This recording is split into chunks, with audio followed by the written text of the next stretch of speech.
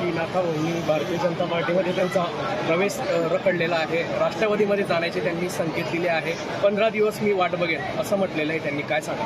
मी याच्या आधी पण बोललेली आहे की नाथाभाऊ एक ज्येष्ठ नेते आहे. या सगळ्या संदर्भामध्ये माझ्यापेक्षा ते त्यांचं व्यक्तिगत मत चांगलं मांडू शकतात. स्थानिक नेत्यांच्या बाबतीत त्यांनी नाराजी व्यक्त केली आहे. स्थानिक नेत्यांमुळे हा प्रवेश रखडल्याचं त्यांनी म्हटलेलं आहे. त्यांनी असंही म्हटलेलं आहे की तुम्ही स्थानिक नेत्यांसंदर्भात किंवा वरिष्ठांबाबत काही निर्णय करणार का त्यांच्या प्रवेशाबाबत? ह्या संदर्भामध्ये शेवटी हा जो विषय आहे नाथाभाऊंचा तो वरिष्ठ पातळीवरचा विषय आहे. मी एवढी मोठी नाही की ह्या सगळ्यांमध्ये मी काही बोलू शकते, कारण की सगळे जे वरिष्ठ आहे नक्कीच त्यांच्यापर्यंत सुद्धा हा विषय पोहोचलेला आहे आणि या संदर्भात लवकरात लवकर काही निर्णय होईल. केंद्राकडनं ग्रीन सिग्नल मिळालेला आहे त्यांना, आपणही त्या ठिकाणी उपस्थित होते. मला राज्याकडनं मिळत नाही. नेमकं राज्याचे कोणते नेते त्यांच्या विरोधात वाटतं आपल्याला?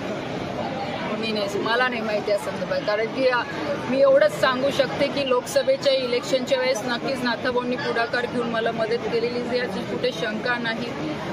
केंद्राच्या नेत्यांकडनं पण त्यांना सांगण्यात आलं होतं आणि त्यांनी त्या पद्धतीने सहकार्य सुद्धा केलेलं आहे. पण बाकीचा जो काही विषय आहे नक्कीच तो वरिष्ठांचा विषय आहे आणि नाथाभाऊचा विषय आहे. आणि मी जसं आधी सांगितलं की मी एवढी मोठी नाही की या दोघांच्या मध्ये मी येऊन काहीतरी बोलू शकते. नक्कीच ते दोघं जण बसून या संदर्भामध्ये काय करायचं नाही करायचं ते निर्णय घेतील. नाथाभाऊंना डावललं जातं नेहमी, तर एक सून म्हणून तुम्हाला या संदर्भात काय वाटतं?